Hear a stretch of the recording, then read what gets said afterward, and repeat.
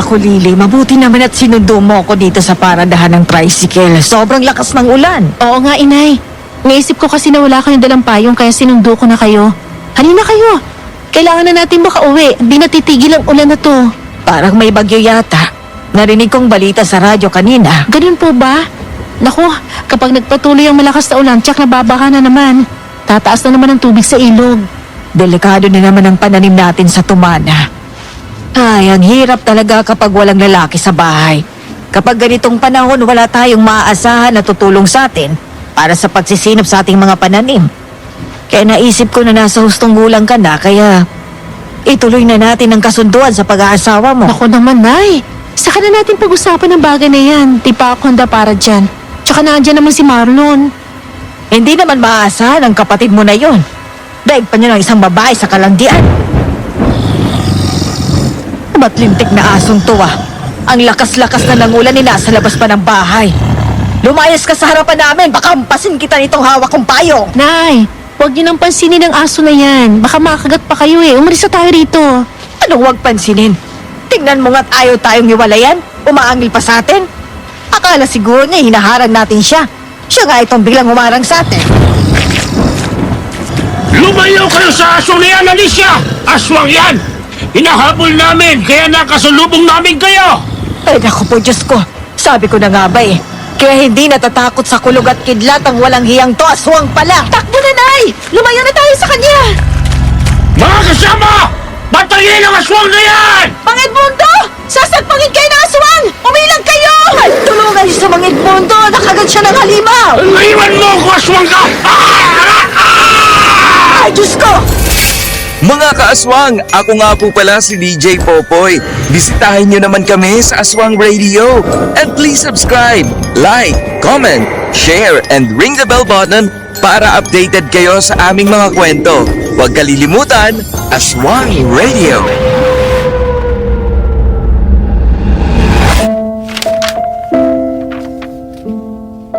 Merong kaugalian ang mga Pilipino na mula noon hanggang ngayon ay patuloy pa rin ginagawa sa mga baryo. Kagaya na lang ng pagkakasundo sa pag-aasawa ng mga anak. Pero paano kung ang taong ipinagkasundo sa'yo ay hindi mo naman gusto? Magandang araw po sa lahat ng mga ka-Dear Aswang Diaries at Madam Venus. Tawagin mo na lang po ko sa pangalang Lily. Isa po ako sa avid listeners ng inyong programa. Palagi akong nakabantay sa inyong channel kung meron ng bagong upload sapagkat nakaka-relate ako sa mga karanasan ng ating mga kababayan tungkol sa aswang. Dahil ako man ay nagkaroon din ng hindi malilimutang karanasan sa mga aswang.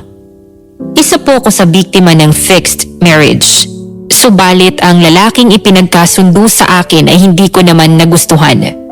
Kung paanong naging bahagi ng buhay ko ang isang aswang, ay ikukwento ko sa inyo ngayon. Buwan ng Agosto taong 2025 ay isishare ko sa inyo ang aking karanasan sa tulong ng aking apo. Nangyari po ito sa aming bayan sa Ormoc noong ako ay dalaga pa at nasa 25 anyos pa lang. Hindi ko na lamang babanggitin ang mismong baryo namin para na rin sa kapakanan ng mga taong nasasangkot sa aking kwento. Subalit bago ako magpatuloy, gusto kong itanong sa inyo kung kayo ang nasa kalagayan ko, kung ano yung pipiliin nyo. Yung sinasabi nilang hayop na nagpapakatao o yung tao na nagpapakahayop. Paki-comment na lang po at sana'y samahan nyo ko sa pagbabalik tanaw sa aking nakaraan.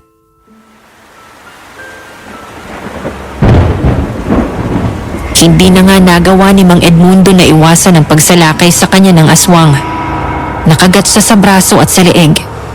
Kaagad na tumulo ang dugo ni Mang Edmundo at humalo sa patak ng ulan na umaagos sa kanyang katawan. Kumilos naman ang mga kasamahan niya at kaagad sinibat ng mga kawayan ang malaking aso. Kaya nga lang ay hindi tinamaan yun. Tumakbo palayo ang malaking asong itim. Habulin niyo ang aswang! Patayin niyo siya! Iganti niyo ako! Ay nako, Mang Edmundo! Ayos ka lang ba? Kaya mo pa ba? Dadaling ka namin sa ospital. Abay, bakit ayaw mong sumagot? Mang Edmundo! Patay na siya, Nay. Namatay siya, nakadilat ang mga mata. Malaki ang naging sugat sa lalamunan, oh. Ay nako, patay na nga ang kawawang matanda. Tayo na, inay. Ang mga kasama niya ng bala sa kanya. Masyado na malakas ang ulan. Basang-basa na tayo. Sige, umuwi na tayo. Nilalamig na nga ako. Nagmamadali nga kaming umuwi ni inay dahil lalong lumalakas ang ulan. Nang makarating kami sa bahay, ay kaagad na kumatok sa pintuan si inay. Kaagad namang bumukas ang pintuan at nakita namin ang aking nakababatang kapatid na si Marlon na nakasuot ng duster. Halatang bagong ligo kaya meron pang nakabalot na tuwalya sa ulo. Nataranta siya nang makita kami ni inay. Naku naman, mother dear at sister ko maganda. Bakit naman kayo sumugod sa ulanan? Tingnan niyo tuloy ang nangyari sa inyo, nabasa na kayo. Ay wala na kasi kaming masakyan na tricycle. Kaya kahit malakas ang ulan, naglakad na kami. Eh ang nakakainis, merong hinahabol na aswang ang mga tao. Nakasalubong namin, muntik na kaming lapay. Talaga ba, mother? Meron bang aswang dito sa lugar natin? Oo, totoong may aswang. Si Mang Edmundo. Nakagat siya nang iligtas niya kami. Ano nang nangyari kay Mang Edmundo? Patay na siya. Sa lalamunan siya nakagat ang aswang. Nakakatakot naman ang nangyari sa inyo ngayong gabi. Mother, ayos ka lang ba? Nakabawi ka na ba ng takot sa pangit na aswang na yun? Oo, ikuha mo nga ako ng tuwalya at nilalamig na ako. Gusto ko magpalit ng damit. Ikaw din, Lily, magpalit ka na rin ng damit mo. Sige, inay. Kaya lang kung magpapatuloy ang malakas na ulan, baka umapaw ang ilog at lumubog na naman ang mga tanim natin sa tumana. Ano kaya kung puntahan ko muna? Naghahanap ka ba ng problema? Gusto mo bang madisgrasya? Alam mo namang merong gumagalang aswang dito sa lugar natin tapos lalabas ka pa. Alam ko naman yun, inay. Kaya nga lang, kapag inabutan ng baha mga tanim natin, tiyak na wala na tayong papakinabangan dun. Tama ang inay, sister. Huwag ka na lumabas ng bahay. Bukas na lang natin puntahan ang pananim mo sa tumana. Ay, napakahirap talaga kapag walang lalaki sa bahay. Merong mga bagay na dapat gawin pero hindi magagawa. Kung buhay lang sanang itay mo kahit umuulan, susugod yun sa tumana para tingnan ang mga pananim natin. Nay, nananahimik na si Father. Huwag yun ang paulit-ulit na tinatawa. Baka bumangon pa yun sa hukay. Naku! Ay, tsak na magtatakbuhan tayo dito. Nasasabi ko lang yon kasi sa kagagawan mo. Bakit ba kasi ayaw mong magpakalalaki? Para maasahan ka naman namin sa bukid. Sayang ang laki ng katawan mo kung mas malandi ka pa sa ate mo. Ay! Hayang ka na naman, mother dear. Ako na naman ang nakita mo. Tumigil na kayong dalawa. Ako na lang pupunta sa tumana bukas. Pagpahinga na tayo. Pagpalit na kayo ng damit, nay. Bago pa maging mainit ang pag-uusap nila, ay inawat ko na sila. Sumunod naman sa akin si inay. Pumasok na sa kanyang kwarto para magpalit ng damit. Si Marlon naman ay bumalik sa kusina para ipagpatuloy ang pagluluto ng aming hapunan. Nagpainit din ng tubig at nagtimpla ng kape. Nang makapagpalit kami ng damit ni inay ay muli kaming lumabas ng kwarto. Sabay-sabay na kaming kumain ng hapunan. Bukas sumama ka sa ate Lily mo sa tumana. Kailangang pitasin nyo ng mga bunga ng mga gulay natin bago pa malubog sa baha. Hindi na natin maibibenta ang mga yon kapag nabulok na. Sige, mother. Tutulungan ko si sister bukas. Pipitasin namin ang lahat ng bunga ng kamatis, talong, sitaw at ampalaya para maibenta na natin sa palengke. Sige, ganun nga ang gawin natin bukas. Kaya ihanda mo yung katawan mo. Tiyak na marami kang kain na bubuhatin. Marami ng bunga mga tanim kong kamatis. Naku naman, sister. Baka naman masirang beauty ko niyan. Pwede naman tayong magpatulong sa mga kakilala ko eh. Hoy, Marlon! Tigilan mo nga ako sa pag-iinarte mo, ha? Magpakalalaki ka para masabi ko na merong lalaki sa bahay na ito. Hindi kumibo si Marlon pero nakita ko ang pagsimangot niya. Hindi siya sang-ayon sa sinabi ni inay. Ayaw niya kasi ang ganoong gawain. Ayaw niya ng narurumihan at nagbubuhat ng mga mabibigat. Ayaw niya kasing magkaroon ng kalyo ang mga kamay. Ayaw din niyang magpainit sa sikat ng araw kaya mas maputi siya kaysa sa akin. Matapos kumain ay nagpunta na ako sa aking kwarto. Pero hindi ako nakatulog kaagad. Paano nga ay nagpatuloy ang paglakas ng ulan. Iniisip ko ang aking mga pananim sa tumana na malapit sa ilog. Kaya kinabukasan pagsikat pa lang ng araw, kahit malakas pa ang ulan, ay lumabas na ako ng bahay. Nagsuot ako ng kapote at bota at nagpunta kami sa tumana. Ay, sister! Ang lakas ng ulan at ang lamig. Talaga bang susugod tayo sa tumana? Oo, dali mo na mga kaing na yan. Kunin na natin mga bunga ng kamatis at talong pati ang palay at sitaw. Hindi sila pwedeng malubog sa baha. Madali mabulok ang mga yon. Tayo na! Sige, kasunod mo lang ako, sister. Sabi ko na nga ba eh. Tataas ang tubig sa ilog dahil sa walang tigil na pag-ulan bang magdamag. Marlon, dalian mo! Pitasin na natin ang mga bunga ng kamatis at talong. Sige na, sister. Ako na ang pipitas ng mga kamatis. Ikaw naman sa talong kasi malalaki ang uhay niyan. Masisirang mahaba kong kuko. Ay nako Marlon, umiral na naman yung kaartehan mo. Kaya nagagalit sa'yo si Inay eh. Dapat kapag hinihingi na ng pagkakataon na magpakalalaki ka, gawin mo. Ay, naku. Para ka na rin si mother. Hindi mo rin pala tanggap kung ano ako ngayon. Sige na, gawin na natin lahat para mapitas na ang mga bunga ng gulay. Sa tingin ko ay bumibilis na ang pagtaas ng tubig sa ilog. Mabilis nga kaming kumilos ni Marlon. Pinitas niya ang mga malalaking bunga ng kamatis at sa bandang dulo naman ay naroon yung taniman ng talong. Nakita ko na hanggang tuhod ko na ang tubig doon. Ganun man ay pinilit ko pa ring mapuntahan yon at mapitas ang mga malalaking bunga nun. Saglit lang ay napuno ko na ang dala kong kaing kaya binuhat ko yon at dinala sa lugar na hindi na naabot ng tubig. May ilang kaing na rin doon ng kamatis na napitas ni Marlon. Sister, huwag ka nang bumalik doon sa taniman ng talong. Pumataas ng tubig, oh. Marami pa ako hindi napipitas na bunga ng talong. Hanggang bewang pa lang naman ang tubig eh. Makakaya ko pang kunin ibang mga bunga doon. Marami pa yon. Masasayang lang kung malulubog lang sa baha. Pero Sister Lily, malakas na rin ang agos ng tubig. Huwag ka nang maghinayang sa bunga ng talong. Huwag ka nang bumalik doon. Huwag ka na nga magreklamo dyan. Tulungan mo na lang ako na pitasin ang iba pang bunga ng talong. Tayo na, dalian mo.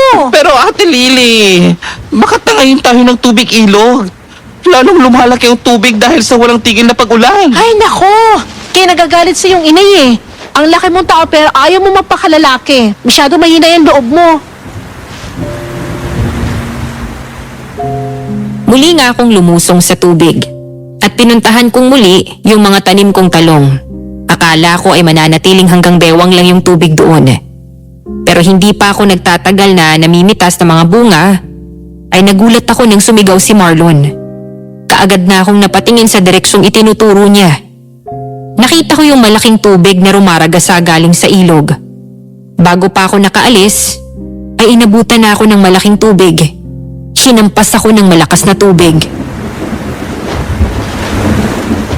Sister, kumapit ka sa puno ng talong! Matatangay ka ng tubig! Marlon! Tulungan mo ako! Sige, nandyan ako! Pero teka, hindi ako marunong lumangoy. Paano na ba to? Tulungan mo ako, Marlon! Matatangay na ako ng tubig pa! Tulungan mo ako! Sister naman! Ano bang gagawin ko? Bakit naman kasi bumalik ka pa dyan? Tingnan mo tuloy ang nangyari. Sandali at hihingi ako ng tulong. Tulong! Tulungan niyo kami! Marlon! Nabunot na ang puno ng talong na ginagapitan ko! Matatangay na ako ng baha! Tulungan mo ako! Sister! Hindi ako marunong lumangoy! Ay, naku naman! Tulungan niyo ang Ate Lily ko!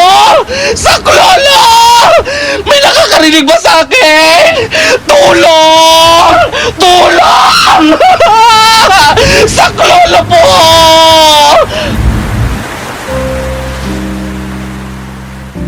Tuluyan na nga akong tinangay ng malakas na tubig baha palayo sa mga tanim kong talong. Tinangay ako sa kalagitnaan ng ilog. Pinilit kong lumangoy pero hindi ko kayang salubungin ang malakas na tubig. Pumaragasa yung sumalpok sa akin.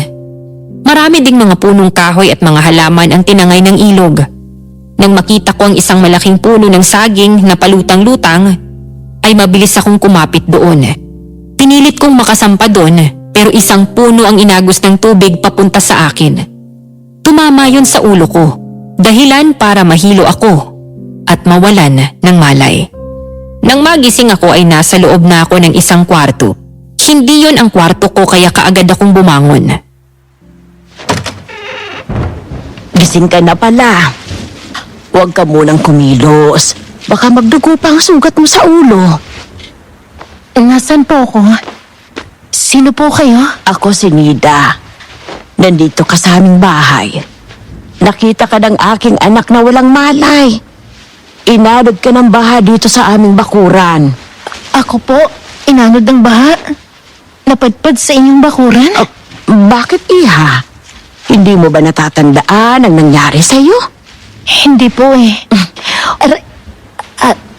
Sakit ang ulot katawan ko ha. Huwag mong aalisin ang benda sa ulo mo. Baka magdugong muli ang malaki mong sugat dyan. Nakaalis na ang doktor na gumamot sa'yo. Wala po ako matandaan. Kilala niyo po ba kung sino ako? Anong pangalan ko? Taga-saan ako? Hindi eh. Isang araw at isang gabi ka nang natutulog. Malaki ang naging sugat mo sa ulo mo. Matagal bago na ang patang pagdurugo, kaya alam kong manghihina ka. Yun din sigurong dahilan kaya wala kang matandaan. Gising ka na pala. Kumusta ang pakiramdam mo? Nanghihina pa ako. Sobrang sakit ang sugat ko sa ulo. Pati ang likod ko ang sakit. Renante, wala siyang matandaan kung anong nangyari sa kanya, kaya hindi natin malalaman kung sino siya at kung saan siya nakatira. Jack na nag-aalala na ang mga magulang niya. Ipagbigay alam na lang natin kay Kapitan Emong na meron tayong taong nasagip sa baha. Kung mayroong maghahanap, punta lang dito para malaman kung siya nga ang hinahanap nila. Sige, ako nang pupunta kay Kapitan Emong mamaya. Ineng, pwede namang dito ka na muna sa amin habang mahina ka pa at hindi pa natin nalalaman kung sino ka talaga. Salamat po. Ngayon pa lang humihingi na ako ng pasensya kung ano man ang problema na ibigay ko sa inyo. Walang anuman yon. Nangangailangan ka ng tulong kaya sinagip kita at dinala dito. Sige na, magpahinga ka lang dyan. Habang hindi mo pa naaalala ang pangalan mo, pwede bang anak na lang ang itawag ko sa'yo? Opo, pwede po.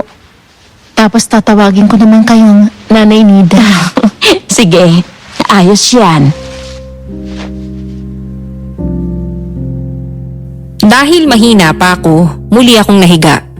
Inutusan naman ni Aling Linda ang isa sa mga tauhan nila na pumunta sa bayan at sunduin ang kilala nilang doktor. Nung suriin ng doktor ang aking kalagayan, ay nalaman na isa sa mga ugat ko sa ulo ay naapektuhan ng malaking sugat ko, dahilan para magkaroon ako ng temporary amnesia.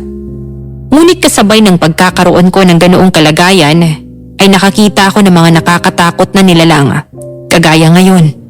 Nang mapag-isa ako sa kwarto, ay naramdaman kong may kumakaluskos sa bintana, kaya hinawi ko ang kurtina. Gulat ako nang makita ang malaking asong kulay itim. Sinunggaban niya ako. Mabuti na lang ay nakalayo ako agad. Mabuti na lang at may bakod na bakal ang bintana, kaya hindi siya bastang makakapasok. Nanay Nida! Tulong po! Anong problema, anak? Bakit ka sumisigaw? Parang takot na takot ka. Meron po malaking aso sa bintana. Hinablot niya ako. Buti na lang hindi niya ako naabot. Parang galit siya at gusto akong kagatin. Eh saan? Wala naman na. Tingnan mo. Wala namang malaking aso dito. Kanina po ay nandyan siya. Nang matiyak ko na wala na nga ang malaking aso ay lumapit na ako sa bintana at sumilip. Nang mapatingin ako sa malaking kahoy na nasa di kalayuan, ay nakita kong naroon ang malaking asong itim. Pero bago pa ako makapagsalita, ay umalis na siya. Kaya hindi ko na sinabihan si Nanay Nida. Ilang araw pa ang matuling lumipas ay unti-unting nawawala ang sakit ng ulo ko.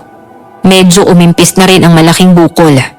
Hanggang isang gabi, ay napanaginipan ko ang nangyari sa akin habang palutang-lutang ako sa tubig baha. Nagising ako kinabukasan na umiiyak, kaya nang pumasok sa aking kwarto si Nanay Nida. Bakit ka umiiyak, anak? Hindi pa ba nawawala ang sakit ng ulo mo dahil sa sugat at bukol? Natatandaan ko na po ang nangyari sa akin. Namimitas ako ng talong sa tumana ng abutan ng baha. Tinangay po ako at isang puno ng kahoy ang tumama sa aking ulo kaya nawalan ako ng malay. Buti na lang, nasa ibabaw na ako ng malaking puno ng saging ng pagkakataong ito. Dito pala ako inanod. Kung ganoon, ay alam mo nang nangyari sa'yo. Kilala mo na ang sarili mo. Ako po si Lily. Marami pong salamat sa kabutihan niyo sa akin. Tatanawin ko po ito malaking utang na loob sa inyo. Mabuti naman kung nagbalik na ang alaala mo, anak. Ilang araw ka rin nakalimot sa iyong sarili. Pero huwag kang mag-alala. Ikukwento ko sa iyo ang mga nangyari habang wala ka sa iyong sarili. Ikinwento nga ni Nanay Nida ang mga nangyari habang hindi pa nagbabalik ang aking alaala. Matagal na kaming nag-uusap nang bumukas ang pintuan ng aking kwarto at bumunga doon ng isang gwapo at matipunong lalaki. Kaagad akong napatingin sa kanya. Nakita ko nang umiti siya ng bahagya sa akin. Parang nabato-balani ang aking dibdib.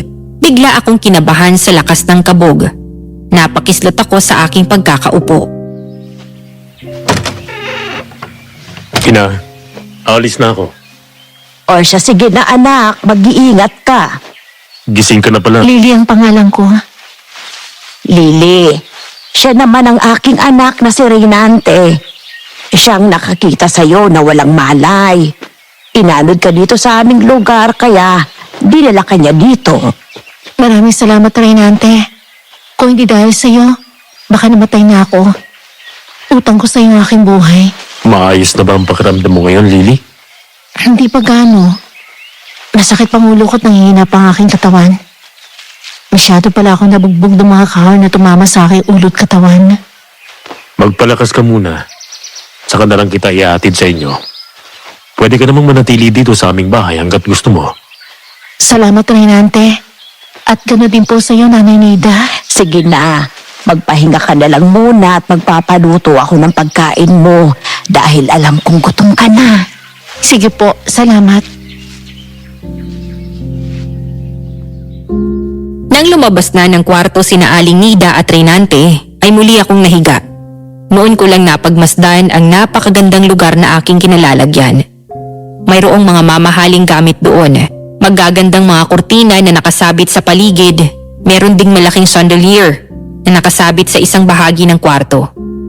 At ang aking kinahihigaan ay isang malaking kama na merong malambot na kutson.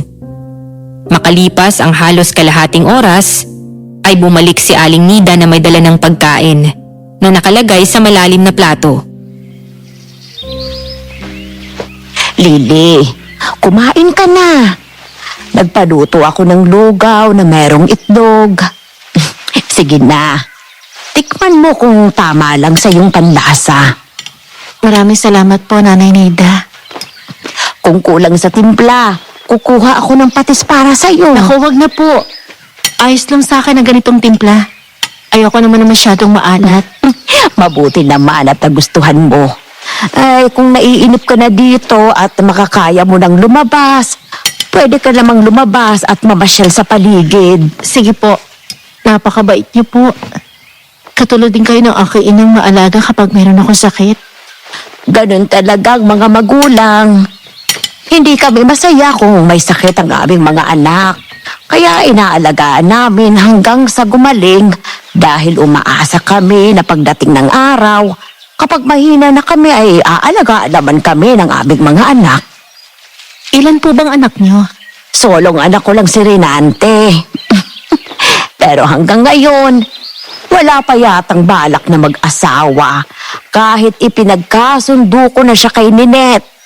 Baka naman po kasi masyado mapili si Reynante. Baka hindi niya gusto yung babaeng ipinagkasundo niyo sa kanya. Sa palagay ko ay tama ka. Hindi ko nakikitang masayang anak ko kapag kasama si Ninette.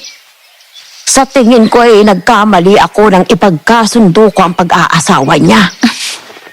Para ako lang din po si Reynante. Ganyan din po ang problema ko eh. Hindi ko gusto yung lalaking gusto ni inay para sa akin. Bata pa daw kami na magkasundo sila inay at ang kaibigan niya. Kaya hanggang ngayon, dalaga pa din po ako. Napangiti lang ng tipid si Nanay Nida. Ipinagpatuloy ko naman ang pagkain ng lugaw. Isang araw pa ang matuling lumipas, ay nanumbalik na ang aking lakas. Pero ang sakit ng ulo ko, hindi pa rin nawawala dahil sa malaking sugat doon. Sa unang pagkakataon ay lumabas ako ng kwartong yun at doon ko nalaman na mas maganda pala sa labas. Nasa ikalawang palapag pala ako ng mansyon. Nang lumingon ako sa magkabilang direksyon ay nakita ko ang mga maraming pintuan ng kwarto. Tapos ay nakita ko ang hagdanan. Kumakbang ako papunta doon. Bumaba ako. Nakita ko ang malawak na salas at mga naraang upuan. Marami ding mga naglalakihang kwadro na nakasabit sa mga dingding. Mabuti naman at nakaya mo nang tumayo at lumabas ng kwarto. Malakas na po ako eh. Salamat sa pag-aalaga niyo sa akin. Siya nga po pala, nasan po si Renante? Nasa labas ng bahay. Inaasikaso ang mga alaga naming hayop. Ibinabalik niya sa mga kulungan. Inabot din kasi yun ng malaking baha kaya pansamantalang inalis niya ang mga nakakulong doon. Napakasipag po pala ni Renante. Pwede po bang lumabas at makita ko ang iyong bakuran? Abay, oo naman. Mas maganda nga ang maglalakad-lakad ka sa labas para naman madali kang makabawi ng lakas. Halika, puntahan natin si Renante doon. Inakay ako ni Aling Nida palabas ng bahay. Doon ko nakita ang malawak nilang bakuran na napapaligiran ng mataas na pader, ang harapan at tagiliran ng mansyon nila. Tanging ang dulong bahagi ang walang bakod dahil sa ilog na nasasakop din ng kanilang lupain. Marami silang mga kulungan ng hayop na naroon kagaya ng mga baboy, kambing, marami ding mga manok at pabo na ngayon ay inaasikaso ni Renante para ibalik sa kanilang mga kulungan. Humupa na kasi ang baha. Naikudog mo na bang mga baboy, ha, Renante? Oo, Inay. Nakabalik na silang lahat sa kanilang mga kulungan. Itong mga pabo na lang ang hindi pa naikukulong. Oh, bakit lumabas ka ng bahay, Lily? Malakas ka na ba? Oo, Renante. Maayos ng pakiramdam ko ngayon. Mga ilang araw lang eh, maaari na ako makalakad ng malayo at makauwi na sa amin. Ayos naman kung ganon. Nag-alala sa'yo si Inay nang makita ang kalagayan mo. Dami mo kasing dugo sa ulo nun tapos wala ka pang malay. Baha din ang mga daanan kaya hindi ka na rin nadala sa ospital. Malayo kasi dito yun eh. Ayos na ako. Salamat sa kabutihan ni Aling Nida. Makakaganda rin ako sa inyo pagdating ng araw. Nako, wag mo na munang intindihin ang mga bagay na yon, Lily. Ang mahalaga ngayon magaling ka na. Kapag tuluyan ka ng lumakas, ay ihahatid ka na ni Renante sa inyo. Tsaka kung nag-aalala na ang yung mga magulang. Oo nga po eh. Nasasabik na nga din ako makita ang nanay ko. Nasasabi ka na pala na makita ang nanay mo. Pwede ka na nga umuwi kahit ngayon. Sino ka naman? Ngayon lang yata kita nakita dito ah. Paano mo nga ako makikita? Tuwing pupunta ako dito kina Renante, natutulog ka. Naiintindihan ko naman yon kasi may sakit ka at inaalagaan ka ni Nanay Nida na malapit ko nang maging biyanan. Magiging biyanan mo si Aling Nida? Ibig sabihin ay, ikaw ba si Ninette? Oo. Yun ay mangyayari kapag ikinasal na kami ni Renante.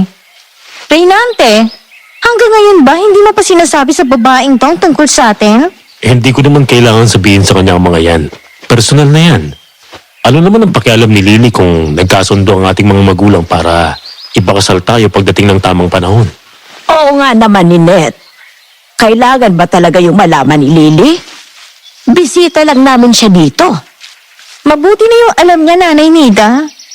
Baka kasi magkagusto pang babaeng to kay Renante, magkaroon pa ng problema. Nako, sa bagay na yan wala kang dapat na ipag-alala ni Net.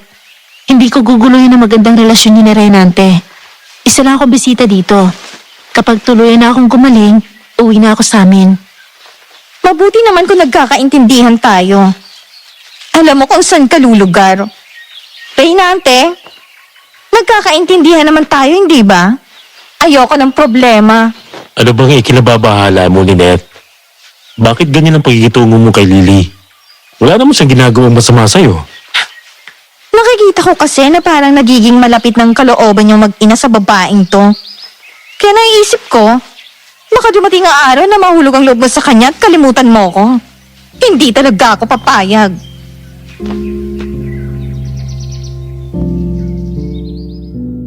Nakita ko ang matalim na tingin sa akin ni Ninette. Ewan ko pero bigla akong kinabahan. Parang nakakatakot na babae si Ninette. Nakita ko kasi na kahit si Reynante ay hindi mapakali kapag kausap siya. At ang kanyang ina. Panay na lang ang buntong hininga ni Reynante. At di nagtagal ay niyaya na lang niya si Ninette palayo sa akin. At nagpunta sa tabi ng ilog. Doon sila nag-usap. Nakita ko naman na biglang nawala ang galit ni Ninette nang masolo na si Reynante. Nagpunta kami ni Nanay Nida sa tagilirang bahagi ng mansyon kung saan naroon pa yung mga nakakalayang pabo. Nakakatuwa naman po mga pabo nyo. Marami na pala sila mga sisiw. Oo, Lily. Madaling dumabi ang mga alaga namin na yan. Ay, siya nga pala. Dito ka na muna, ha? Naalala ko yung niluluto kong tinolang manok. Baka luto na. Hahanguin ko muna. Heto ang patuka sa pabo para malibang ka naman. Sige po, ako na magpapatuka sa mga pabo. Nang iwanan ako ni Aling Nida ay naupo ako sa upuang nasa ilalim ng puno. Dahil dala ko yung patuka, ay nagsunura na rin sa akin yung mga pabo na malalaki, kasama yung mga sisiw nila. Kaya naman sinimulan ko na silang hagisan ng patuka.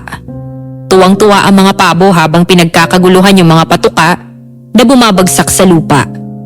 Nalilibang din ako sa kanila.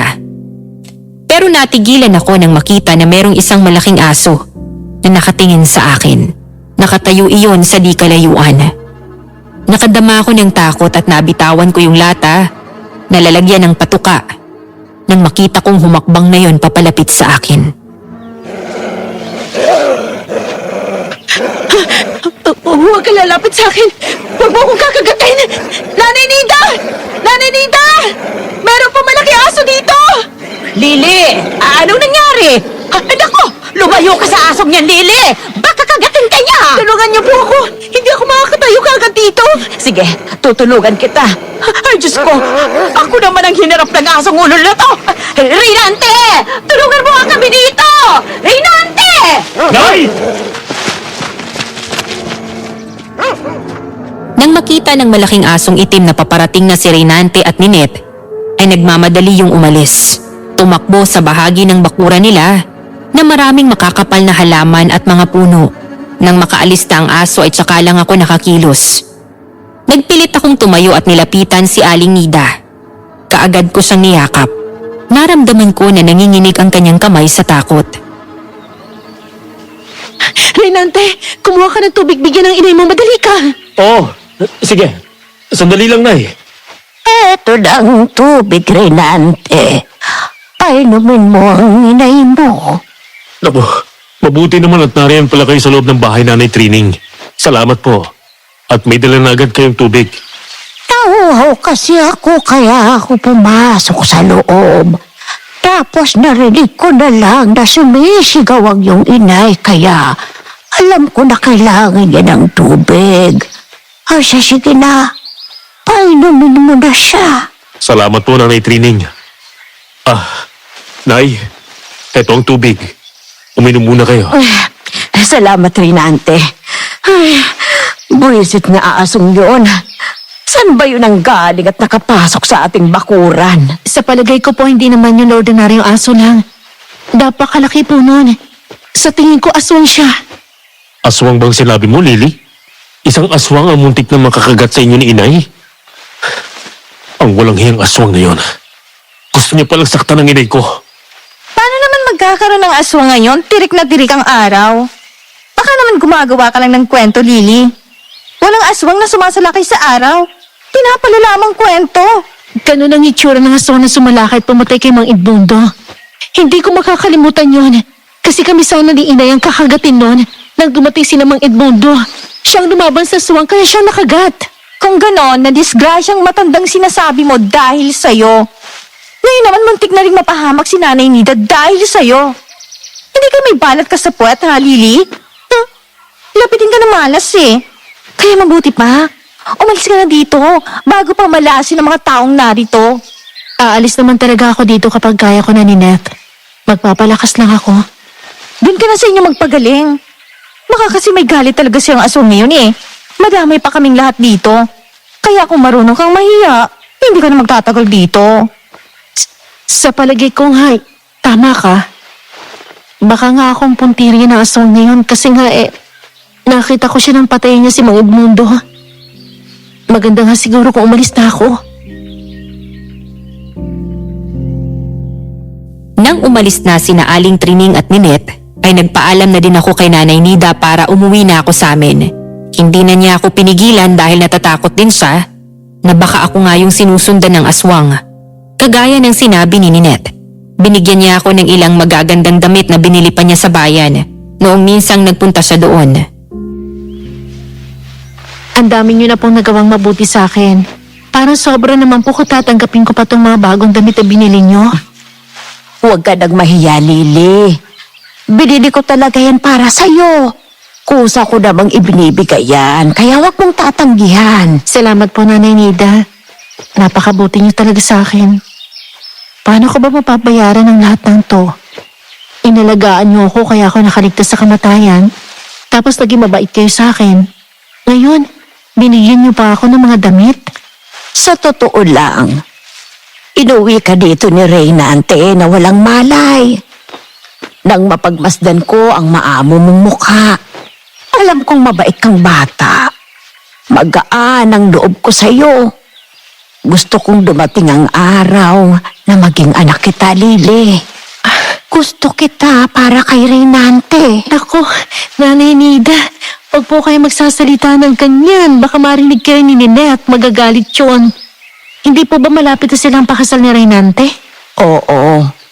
Dahil yun sa isang kasunduan namin ni Trining ng mga bata pa kami. Akala ko'y ayos lang yun kay Reynante. Pero nakikita ko na hindi masaya ang aking anak kay Ninette. Parang sa nangyayari ay sina Ninette at Trining lang ang masaya. Masama ang loob sa akin ni Reynante sa desisyong ginawa ko. Pero mahal na mahal po kayo na inyong anak. Nakikita ko yun. Napilitin lang siyang sumunod. Yun ay para wala ng problema. Pero kinausap ko na ang aking anak. Kung hindi naman siya magiging maligaya kay Ninette ay pwede naman siyang umatras at humanap ng babaeng makakapagpasaya sa kanya. Pwede po bang ganon? Yung aatras sa kasunduan? Pwede naman. Kasi ako man ay hindi nagugustuhan ang magaspang na ugali ni Ninette. Ayaw ko naman na dumating ang oras na makitang under desire ang aking anak.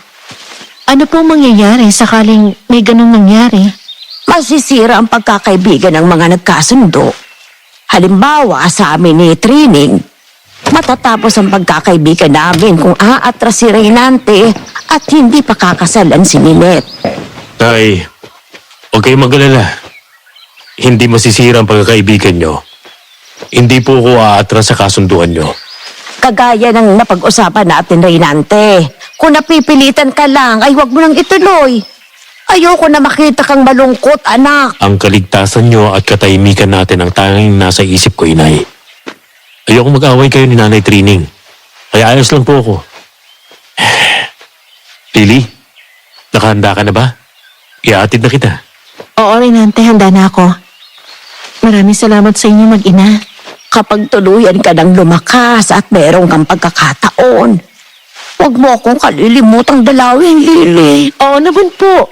Palagi ko kayong dadalawin at magdadala ako ng mga prutas at gulay sa inyo. O siya, sige na. Mag-iingat kayo, ha? Hoy, Reynante, yung pagmamaneho mo, ayusin mo. Huwag masyadong mabilis. Kapag nasaktan niyang si Lily, papaluin kita sa puwet. Opo, Inay. Maingat naman ako magmaneho. Nang lumabas kami ng mansyon ay nagpunta kami sa garahe kung saan nandoon ang kanilang kotse. Pinaandar na ni Reynante ang sasakyan Kaya nang sumakay na ako ay inutusan ni Aling Nida ang kanilang tauhan na buksan ang tarangkahan ng kanilang bakuran. Pinatakbo na ni Renante ang kotse palabas ng bakuran at nang makalabas na kami doon ay binagtas namin ang lubak-lubak na kalsada patungo sa aming baryo. Makalipas ang halos 2 oras ay nakarating din kami sa aming baryo. Nang pumarada ang kotse sa tapat ng bahay namin ay agad na akong bumaba. Nakita kong sarado ang aming bahay. Pero ang mga kapitbahay namin ay kaagad na nagsilapit nang makita ako. Hindi makapaniwalang buhay pa ako. Nay! Marlon, nasan kayo? Alam niyo po ba kung nasan si Inay? Ate Lily, ikaw nga ba yan? Buhay ka pa? Nakaligtas ka sa baha? Oo, Bobet, nakaligtas ako. Hindi lang ako kaagad nakauwi dahil nagpagaling muna ako. Bungakala ng mga taga rito, patay ka na. Maraming naghanap sa'yo nung humupa ang baha, pero hindi ka na nakita. Walang balita tungkol sa'yo kaya patang inay mo ay sumuko na sa paghahanap. Kung ganun, nasaan kayang inay ko ngayon? Pati si Marlon. Tsak na nasa ilog na naman ang inay mo. Nagagalit na naman yon. Kaya hinahampas ang tubig at sinisisi sa pagkawala mo. Sige, Bobet, salamat. Renante, pwede bang samahan mo ako sa tumana? Baka naroon si Inay. Sige, hanapin natin sila. Mauna ka, susunod ako. Nagmamadali kami ni Renante na pumunta sa tumana. Nakita ko na nasira na ng baha ang mga tanim kong gulay. Karamihan sa mga kamatis ay nabulok na ang mga bunga, habang ang mga talong ay dumapa na at nabulok na ang mga puno. Hinanap namin doon sina Inay. Hindi namin sila nakita kaya naisip ko na dumiretso kami sa ilog na nasa bandang ibaba. At nakita ko nga yung aking inay na naroon. Galit na galit habang tinataga ng itak ang tubig. Ay, napakasama mong ilog ka. Wala kang puso. Hindi ka malang naawa sa akin. 2 na nga lang ang aking anak, kinuha mo pa ang isa. Tapos ang itinira mo pa sa akin ay yung walang silbi. Mahina ang loob. Walang iniisip kung hindi ang kanyang sarili. Ay, tama na po. Alam ko naman po na mayroon din akong kasalanan, pero kung nagpumilit pa rin akong iligtas si Ate Lily, baka 2 na kaming nawala sa iyo kasi hindi rin ako marunong maglangoy. Sana ikaw na lang ang nawala at hindi ang kapatid mo. Puro kahiyan lang naman ang ibinibigay mo sa akin. Ikinahihiya ako na nagkaroon ako ng isang anak na bakla. Alam ko naman na nun pa'y kinakahiya niyo na ako. Alam ko naman na ayaw niyo magkaroon ng anak na kagaya ko. Pero kung masakit sa inyo ang pagkawala ni Ate Lily, mas masakit sa akin kasi ako ang kasama niya nung naganap ang trahedyang yun. Gusto ko siyang tulungan pero wala akong kakayahan.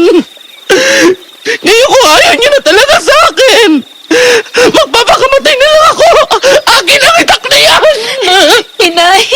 Marlon! Tigilan niyo na pag-aaway! Marlon, huwag mo gagawin yan! Oh, Lily, anak! Ate Lily! Sister! Ikaw ba talaga yan? Buhay ka? Oo, ako ito. Inay, buhay ako. Nakaligtas ako sa baha na yun. Hindi ba ako nananaginip? Buhay ka ba talaga, Lily? Halika nga, anak. Buhay ako. Ate Lily! Nang makalapit sa akin si Inay, nanginginig ang mga kamay niya nang haplusin ang aking mukha. Hilam na sa luha ang kanyang mga mata pero mababakas ang kasiyahan sa kanyang mukha. Napakagatlabi siya habang impit na umiiyak. Pinagmamasdan niyang mabuti ang aking mukha at di nagtagal ay buong kasabikan niya akong niyakap. At sa aking balikat ay umiyak siya ng malakas. Pati si Marlon ay umakap na rin sa amin. Buhay ka nga, Lily, anak ko. Ilang linggo ka rin nawala sa akin. Akala ko talaga wala ka na. Mabuti na lang at ibinalik ka ng Diyos sa akin. Lininig niya ang aking dasal. Patawad po, Inay, kung hindi kaagad ako nakabalik. Malubha kasi ako nasugatan sa ulo ng tangay na ko ng baha. Nawalan ako ng malay. Pansamantalang nawala ang aking alaala. At si Renante po at ang kanyang ina na si Nanay Nida nag-alaga sa akin. Maraming salamat, Reynante. Utang namin sa iyong buhay ng aking anak. Pakisabi na rin sa nanay mo ang taus-puso kong pasasalamat dahil sa ginawa niyang pag-aalaga sa aking anak. Makakarating po yun kay inay. Sister, patawarin mo din ako kung naging mahina ang loob ko. At hindi kita natulungan, ha? Hindi kasi ako marunong maglangoy. Okay lang, Marlon. Tama ka naman eh. Kung pinilit mong gawin ang hindi mo kaya, baka pareho na tayo na wala kay inay. Umuwi na tayo. At na makapagpalit ako ng damit ni inay. Basang-basa na kayo. Masaya na kaming umuwi ng bahay. Hindi pa kami nagtatagal na nakakapasok sa loob ng bahay, ay nagulat ako nang bumungad sa pintuan ng bahay namin si Danny. Parang hindi siya makapaniwala na kaharap na niya ako. Marahan siyang lumakad papalapit sa akin. Lily? Buhay ka? Nagbalik ka? Oo, Danny, buhay ako. Pinilit kong bumalik dito dahil alam ko nag-aalala ang aking ina at kapatid. Pati ako. Nag-aalala sa'yo, Lily. Kung saan-saang bahagi ng ilog kita hinahanap. Hindi kita nakita. Paano ka nakaligtas sa baha? Dahil kay Renante, siya nagligtas sa akin. Inalagaan niya ako at ng kanyang inay. Maraming salamat, Reynante, pare. Mabuti nasagip mo si Lily. Nagkataon lang na inililikas ko rin ang mga alaga kong baboy at kambing. Nang makita kong naaanod si Lily habang nasa ibabaw ng malaking puno ng saging. Kaya sinagip ko siya. Salamat talaga, pare. Sa kasal namin ni Lily. Imbitado ka, ha? Danny, wala pa sa plano kong pagpapakasal. Sinabi ko naman sa'yo na hindi pa ako handa, di ba? Ano ka ba naman, Lily? Payag na nga ang inay mo na magpakasal tayo, eh. Kaya ipinapahanda ko ng lahat. Di ba matagal na nating alam na nagkasundo ng mga magulang natin? Tama ka. Nagkasundo na nga sila. Pero tayo nagkasundo na ba? Di naman, di ba? Iyoko pa mag-asawa, Danny. Aling Alicia, anong ibig sabihin nito? Akala ko ba'y ayos sa kay Lily? Di ba dapat ay magpapakasal na kami bago pa siya malunod sa baha? Ay, pasensya ka na, Danny. Ngayon na nagbalik ng aking anak, hindi ko na siya pakikialaman sa mga gusto niyang gawin. Siya nang bahalang magdesisyon kung anong gusto niyang gawin sa buhay niya. Narinig mo naman ang sinabi ng ate ko, di ba? Hindi pa siya handa sa pag-aasawa. Kaya wag mo nang ipilit ang gusto mo, Danny. Hindi na maipinta ang mukha ni Danny. Paano nga ay napapahiya na siya sa harapan ni Reynante. Pakiramdam din niya ay wala siyang kakampi. Dati kasi ay palagi siyang sinasang-ayunan ni inay. Hindi kagaya ngayon na pinaubaya na ni inay sa akin ang lahat. Kaya sa inis ni Danny ay lumabas na siya ng bahay at umalis. Habang nagluluto ng pagkain si inay, ay niyaya ko naman sa ilalim ng malaking puno si Reynante. Nakita ko na pangiti-ngiti siya habang nakatingin sa akin. Bakit ganyan tingin mo sa akin? Ano nakakatawa? Pareho pala tayo ng katayuan. Pareho tayong ipinagkasundo. Ang pagkakaiba lang natin ay malakas ang loob mo para magpasya. Hindi kagaya ng problema ko. Kapag tumanggi ako kay Ninette, malaking problema ang kakaharapin ko. Sabihin mo nga sa akin ang totoo. Masaya ka ba kay Ninette? Hindi ako pabor sa naging kasunduan ni na inay at aling training. Hindi ako masaya kay Ninette kasi wala akong maramdaman na pagmamahal sa kanya. Para ko lang siyang kapatid. Kung gayon pwede ka namang tumanggi habang hindi pa natutuloy ang iyong kasal. Kausapin mo siya. Pahig naman ang nanay Nida na ikaw na din ang magpasya. Madali lang yung gawin pero ang magiging kasunod nyon ang mahirap. Kasi masamang magalit si Ninette. At yun ang ayaw kong mangyari. Natatakot ka ba sa babaeng yun? Hindi ako natatakot sa kanya. Iniisip ko lang kasi ang aking inay. Alalahanin mo na ikaw ang makikisama sa kanya. Isang maling desisyon mo ay pagsisisihan mo sa buong buhay mo. Bago pa makasagot si Reynante ay lumapit na sa amin si Marlon at niyaya na kami sa loob ng bahay para kumain. Matapos nun ay nagpaalam na si Reynante kaya inihatid ko na siya hanggang sa labas ng aming bakuran kung saan nakaparada ang kanyang kotse. Nang makaalis na si Reynante ay tsaka ako naglakad ng mabagal papasok sa aming bakuran. Nagulat ako nang mula sa likuran ng malaking puno ng mangga ay lumabas si Ninette. Ninette? Bakit nandito ka? Paano mo nalaman ang bahay ko? Walang imposible sa akin kapag ginusto ko, Lily. Kahit sang sulo ka magpunta, mahahanap kita. Anong kailangan mo sa akin? Bakit hanggang dito sa amin sinundan mo pa ako? May gusto lang akong liwanagin sa'yo. Layuan mo si Reynante. Kung gusto mong maging matahimik ang buhay mo, iwasan mo siya. Alam mo naman na nagkasundo ng mga magulang namin, hindi ba? Kagaya din ng sinabi ko sa'yo, wala akong plano makigulo sa mga problema niyo ni Reynante. Aksidente nangyari kaya napunta ako sa mansyon nila. Ano man ang kasunduan niyo, wala akong pakialam doon. Mabuti na yung malinaw. Ayoko na may kaagaw kay Reynante. At masama akong magalit. Pumapatay ako ng tao. Mahal na mahal ko si Reynante. Kaya gagawin kong lahat. Huwag lang siyang maagaw ng iba. Pero mahal ka ba niya? Masaya ba siya sa'yo? Baka ikaw lang naman ang masaya kapag magkasama kayo. Natanong mo na ba si Reynante? Kung gusto ba niya na pakasalan ka? O napipilitan lang siya kasi ayaw niyang sumama ang loob sa kanya ng kanyang ina? Hindi na yun mahalaga sa akin. Alam ko naman na kapag mag-asawa na kami, matututunan din niya akong mahalin. Kaya wag ka nang makigulo. Tinitigan ako ng masama ni Ninette bago siya tumalikod. Tinanaw ko pa siya habang papalayo sa akin. Noon ko nakita, nakasama pala niya ang kanyang ina na si Aling Trining na nagtatago lang din sa likuran ng puno. Masama din ang tingin niya sa akin.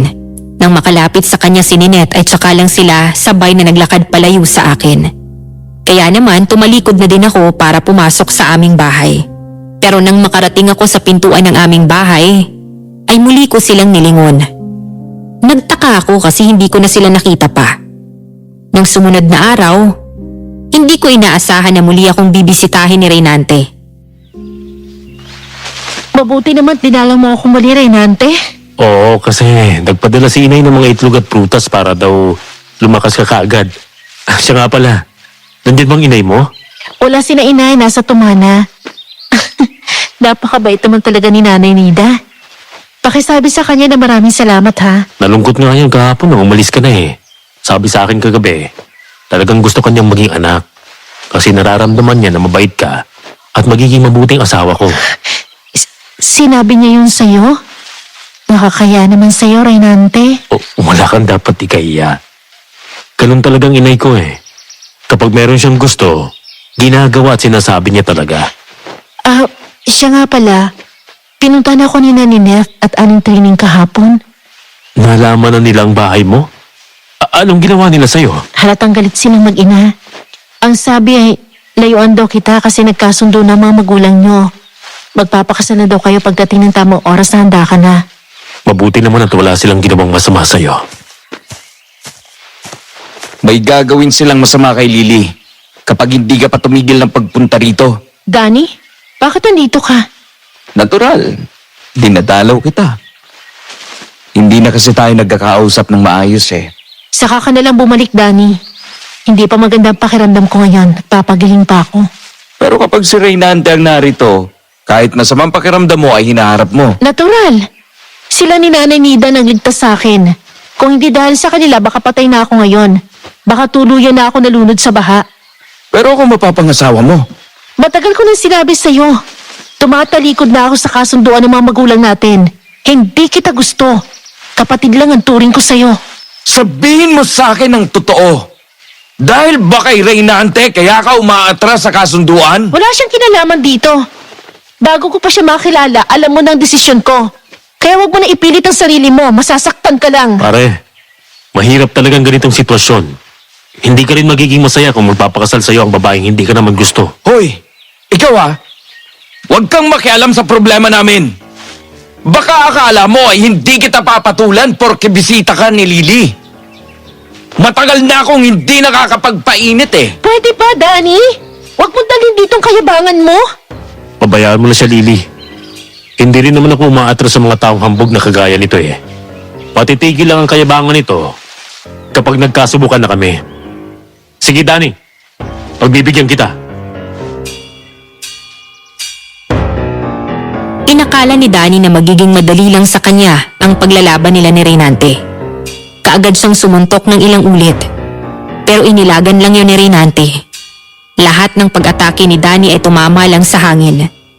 Tinawanan lang siya ni Reynante kaya lalo siyang nainis at muling sumugod. Pero kagaya ng una ay hindi rin siya tumama. Nang si Reynante naman yung kumilos ay hindi nailaga ni Danny. Hindi niya makita kung saang direksyon nagmumula ang mga suntok na tumatama sa kanyang mukha at katawan. At ang panghuli ay isang malakas na tadyak sa sikmura ang naramdaman ni Danny. Bumagsak siya. Yun lang ba ang kayang tanggapin ng katawan mo? Napakayabang mo pero mahina naman pala ang tuhod mo. Hindi pa tayo tapos, Reynante. Magkikita pa tayo ulit! Sa susunod, ikaw naman ang gagapang sa lupa! Siguraduhin mo lang na mas mabilis ang mga kamao mo kaysa sa bunganga mo, Danny. Umalis ka na, Danny. At sana'y tanggapin mo ng desisyon ko. Ikaw na rin ang magsabi sa itay mo. Pinahid ni Danny ang dugo sa kanyang labi. Tapos umalis na siya. Tinanaw ko siya habang papalayo. Doon ko muling nakita si Aling Trining na nasa di kalayuan. Tinanaw din niya si Danny matapos ay muli siyang tumingin sa akin. Kaya naisip ko na parang binabantayan niya ako. Nang umalis na rin si Aling Trining, at saka ko lang muling kinausap si Reynante. Ibinulong ko sa kanya na nasa paligid lang si Aling Trining, kaya nagpaalam na siya sa akin. Nang makaalis na siya at saka ako nagpunta sa aking kwarto. Muli akong nahiga para magpahinga. Mahabang oras akong nakatulog. Madilim na nang ako ay magising. Napabalikwas ako nang marinig ang malakas na alulong ng aso. Kasunod, ang malakas na ihip ng hangin. Marlon, narinig mo ba yon? Nakakatakot na alulong ng aso. Kasunod ang malakas na hangin. Oo, Ate Lily. Kanina pa nga ako hindi mapakali eh. Sa tingin ko eh, mayroong umaaligid na aswang dito sa ating bahay.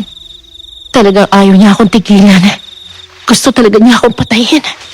Huwag kang mag-alala, sister. Ipagtatanggol kita laban sa sino mang naghahangad na saktan ka. Talaga ba, Marlon? Makakaya mo gawin yan? Oo, ate. Hindi na ako papayag na mapahama ka ulit. Ayaw ko nang pagbuntunan ng galit ni inay. Kaya gagawin ko ang lahat para ipagtanggol kayo. Gagamitin ko tong itak ni Itay. Nagulat kami ni Marlon nang bigla na lamang sumigaw si Inay. Nagmamadali siyang pinuntahan ni Marlon. Kahit nahihirapan pa akong makalakad, ay pinilit ko ring sumunod sa kwarto ng aking ina. Noon ko nakita ang nasirang dingding sa kwarto niya. Nakapasok doon ng malaking asong itim. Nasukol na noon sa sulok ng kwarto si Inay. Pero hindi na nagpakita ng kahinaan si Marlon nang makitang nasa panganib na ang aming ina. Marlon! Tulungan mo ako! Opo, inay! Hindi ko kayo pababayaan! Lumayas ka dito, walang iya kang aswang ka! Hindi ako papayag na saktan mo ang aking ina! Tatapusin ko kayong lahat! Hindi nyo kami mapipigilan sa aming mga plano! Sige, lumapit ka kung gusto mong matikman ng talim ng benditadong itak na to! Sumukot ka! Inakala ng aswang na nagbibiro lang si Marlon, kaya walang takot na sumugod. Iniumang noon ang mahahabang kamay para hablutin si Marlon, pero buong tapang niyang tinaga ang kamay ng aswang. Halos maputol ang kamay ng aswang nang matamaan ng itak. Nagulat yon at umatras. Nang makita naman ni Marlon na epektibo nga ang benditadong itak, ay lalong lumakas ang kanyang loob. Hindi ka na makakatakas sa akin! Papatayin kita! Tapusin mo na siya, Marlon! Kapag hindi mo siya napatay, babalikan tayo ng salot na yan! Tama ang ate mo! Huwag mo na siyang bigyan ng pagkakataong makatakas! Yun talagang gagawin ko, Nay. Hindi na ako papayag na sino man sa inyo ay saktan ng walang hiya na to!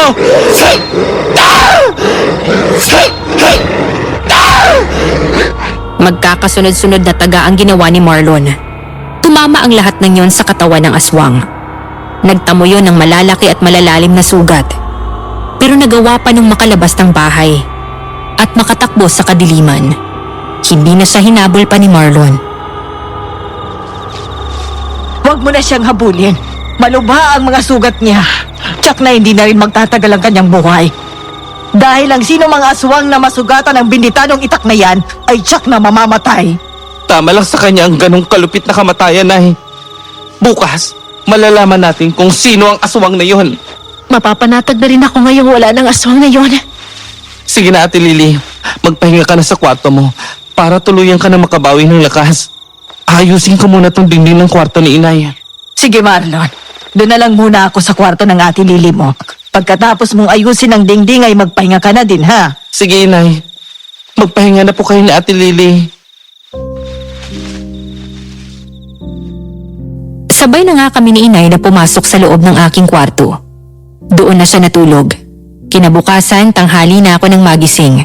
Paglabas ko ng kwarto, nakita ko na ang matamis ng ngiti ni Marlon habang nakatingin sa akin. Kaya naman nagtataka ako. Bakit ganyan ang ngiti mo, ha?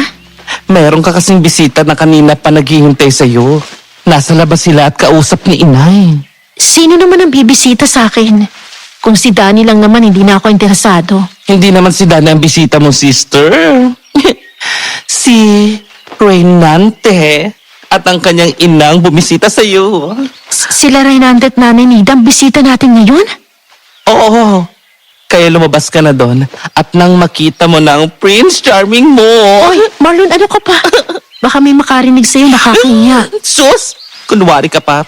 Nakikita ko naman sa iyong mga mata na kumukuti-kutitap nang marinig ang pangalan ni Renante. Kapatid mo ko, kaya wala kang dapat na ipag-alala. Halika na sa labas at naghihintay na sila kanina pa. Kaagad nga kaming lumabas ng bahay. Nakita ko na nga si Nanay Nida at Reynante na kausap ang aking ina sa upuang nasa ilalim ng malaking puno ng mangga. Nakangiti akong lumakad patungo sa kanila. Pero saglit na nawala ang aking ngiti nang makita ko sa direksyong kinaroroonan nila si Danny na nakatayo sa labas ng aming bakuran. Nakatingin siya ng seryoso sa akin tapos nakita ko na tinitignan din niya ng masama si Reynante. Napabuntong hininga ko nang makita ko na umalis na si Danny at saka lang ako lumapit kina Reynante. Nanay Nida, dinalaw niyo po ako. Oo. Gusto ko kasing malaman kung saan ka nakatira at kung maayos na bang pakiramdam mo. Maayos naman po ako. Pero itong benda sa ulo ko hindi pa naalis kasi nga nararamdaman ko na masakit pa rin ang sugat ko. Kayo po Nanay Nida, kumusta naman kayo? Nako, nalungkot ako nang umuwi ka na. Para bang nasanay na ako na nakikita ka araw-araw. Kaya kanina, nang matapos kami mag-almusal ay niyaya ko na dito si Reynante. Kanina pa nga kami nag-uusap ng inay mo eh. Oo nga po. Nasabi nga sa akin ni Marlon na magising ako kaya nga po kagad ako lumabas Kasi nasasabik na din ako makita kayo ulit. Katulad mo rin palang problema ni Reynante. Pareho niyong ayos sa taong ipinagkasundo sa inyo. Kaya naisip namin na kung magkakasundo kayo ni Reynante, baka pwedeng kayo na lang ang magpakasal. Inay naman, masyado naman kayong prangka. Tingnan niyo namumutla na tuloy si Reynante. Tsaka, buo na po yata ang desisyon niya na magpakasal kay Ninette. Oo nga naman, Inay. Masyado kasing komplikado ang mga sitwasyon. Alam niyo naman kung paano magalit si Ninette. Nakakatakot siya. Ano bang ikinatatakot mo, Reynante? Sinabi ko naman sa'yo na kung hindi ka masaya sa naging desisyon ko gayahin mo si Lily. Isipin mong magiging kalagayan mo. Kahit masira ang pagkakaibigan namin ni Trining, ayos lang sa akin. Kasi mas gusto ko na si Lily para sa'yo. Nay, sa totoo lang, mahirap ayusin ang gusot na to. Lalo na nga at gustong gusto ako ni Ninette. Hindi siya papayag na hindi matuloy ang kasalan sa pagitan namin. Magkakagulo talaga. At malalagay kayo sa panganib. Meron bang hindi alam ang inay mo, Reynante? Bakit hindi mo sabihin sa kanya para lubos niyang maintindihan? Huwag na lang po, Aling Alicia. Kasi kapag nalaman yung totoo kong dahilan, baka kasuklaman niyo rin ako. Mas maganda kung malaman namin ang tunay na dahilan kaya nag-aalala ka. Baka matulungan ka pa nga namin. Kasi nga, anak, hindi ko na rin gusto si Ninette para sa'yo. Gaya ng aking sinabi, ay si Lily na ang gusto kong maging manugang ko. Gusto ko po sana na Sarili na lang ang problema. Pero kung gusto niyo talaga malaman ang dahilan ko, aswang po sina Ninette at Aling Trining. Nagbanta sila na kapag sumira ako sa kasunduan, papatayin nila ang mga taong malapit sa akin. Natatakot ako para sa inyong kaligtasan, Inay. Totoo ba ang sinasabi mo, Reynante? Mga salot ang mag-ina na yon. Totoo yun, Inay. Kaya kahit gusto ko nang hiwalayan si Ninette, hindi ko magawa. Nag-aalala ako para sa kaligtasan nyo. Kung ganun nga ay hindi mo pala siya dapat galitin. Pero teka, may aswang na naghahasik ng lagim dito sa aming lugar. Katunayan ay sumalakay kagabi dito mismo sa amin. Pero nataga siya ni Marlon.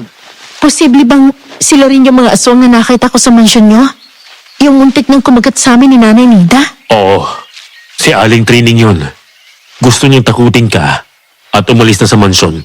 Kasi nga natatakot sila na tuluyang mahulog ang loob namin ni Inay sa'yo. Eh bakit ngayon mo lang sinasabi ang mga bagay na yan? Bakit hindi mo siya kinausap ng pagkakataong yon? Hindi ko magagawa yun, Inay. Kagaya ng sinabi ko, hindi ko pwedeng ilagay sa peligro ang buhay niyo. Kung isa man sa kanilang sumalakay sa inyo kagabi, si Lily ang punterya nun. Pero nasugatan ko siya ng malubha. Bawat aswang na tamaan ng benditadong itak ay tsak na hindi nagagaling ang sugat. Kaya pala palagi nakabantay sa akin si Aling Trining. Lalo na kapag nandito ka sa amin, Reynante. Kung ganon, hindi na pala tayo dapat mag-aksaya ng panahon. Humingi na tayo ng tulong sa mga manunugis ng aswang para sa lakayin ng mag-ina na yon. Tama si Nida. Delikado kung buhay pa si Trining. Tsak na babalikan niya ang aking anak kasi nasaktan na siya. Kailangang makausap ko si Marte at ang iba pang manunugis ng aswang dito sa aming lugar. Sige po, yun ang gawin natin para mapanatag na tayong lahat. Aalis na po kami ni Inay. Kapag handa ng mga tao, daanan niyo lang kami para samahan namin kay Kusa ng bahay ni Ninette. Nang makaalis na sina Reynante, ay nagpasama sa akin si Inay sa bahay ni Dani. Dahil ang ama niya na si Marte ang pinuno ng mga manunugis ng aswang sa aming lugar. Sa muling pagkakataon ay nagkaharap kami ni Dani at ang aming mga magulang. Matabang ang pakikiharap sa amin ni Mang Marte. Nang pagkakataong ito, lalo na nang malaman niya ang problema na kasangkot pala si Reynante. Sa bagay na yan ay wala akong may tutulong sa inyo, Alicia. Sa iba ka na lang lumapit. Pero ikaw ang pinuno ng mga manunugis ng aswang dito. Tatalikuran mo bang tungkulin mo? Ang pagbibigay ko ng tulong ay bukal sa aking loob. Kusa kong ginagawa yon kahit delikado. At pwede rin naman akong tumanggi kung ayaw ko. Kagaya ng pagtanggi ni Lily at pagsira sa kasunduan natin, Alicia. Kung ganun po pala, gumaganti kayo. Oo naman. Hindi naman ako gagawa ng pabor na ikaliligaya ng lalaking karibal ng aking anak. Alam ko na ang lahat. Ikwinento na sa akin ni Danny. Kung gayon ay tayo na po, Inay. Sa iba na lang tayo humingi ng tulong. Salamat, Dani. Ngayong alam na ng itay mo ang desisyon ko, maluwag na ang aking kalooban. Lily, kung babalik ka sa akin, tutulungan kayo ng itay ko at ng mga kasamahan niya. Tapos ng usapan, Dani. Mula ngayon, huwag ka nang pupunta sa bahay. Huwag mo nang guguluhin ang aking anak. Tapos nang pinagkasundoan namin ng iyong ama. Danny, tama si Alicia. Huwag mo nang ipilit ang gusto mo sa babaeng ayaw sa iyo. Huwag kang magmakaawa at manglimos ng pagmamahal. Marami pa namang babae na pwede mong mahalin. Nanlulumo si Dani na tumalikod. Umalis na rin kami ni Inay. Nang makita namin ang mga kakilala namin na kasama sa grupo ng mga manunugis ng aswang, ay sinabi noon na ilalapit niya kay Mang Narte ang problema namin dahil siya ang kanilang pinuno. Kung ano man yung magiging pasya noon, ay yun yung kanilang gagawin. Kaya tuluyan nang nawala ng pag-asa si Inay. Litong-lito na siya nang umuwi kami ng bahay. Hindi na tayo pwedeng manatili dito sa ating bahay. Alam ito ni Ninette. Anumang oras pwede silang sumalakay. Madali silang makakapasok dahil hindi naman konkreto ang bahay natin. Anong balak niyo, Inay? Kailangan nating umalis dito bago dumilim. Wala tayong tulong na maaasahan sa mga taga rito. Parang si Marta ang sinusunod nila. Inay, Ate Lily, ano kaya kung doon na lang tayo kina Renante? Magsama-sama na tayo sa mansyon nila. Hindi basta-basta makakapasok ang aswang doon. Palagay ko'y tama si Marlon. Iisa lang naman ang problema natin ni Narinante. Doon na lang muna tayo sa kanila habang hindi pa ito natatapos. Baka sa baryo nila, makahingi tayo ng tulong sa mga taga roon para salakayin si Ninette. Sige, kumilos na tayo habang may liwanag pa. Huwag na kayong magdala ng maraming damit. Lily, malayo ba ditong bahay ni Reynante? Medyo malayo din, Inay. Pero may mga tricycle naman na pwede natin sakyan papunta roon. Makakarating naman tayo doon bago dumilim. Nang umalis nga kami ng bahay ay sinara yun ng mabuti ni Marlon. Sumakay kami ng tricycle. At makalipas ang mahabang oras ay nakarating kami sa mansyon ni Reynante. Papadilim na noon. Nalaman nila ang ginawang pagtanggi ni Namang Narte sa amin. Kaya naman si Reynante na ang kumausap sa mga taga roon para tulungan kami. Marami din ang sumang-ayon at handang tumulong. Kaya naman ng gabi ring yun ay sinalakay ng mga tao ang bahay ni Aling Trining at Ninette. Sumama kami ni Marlon. Dala ang binditadong itak.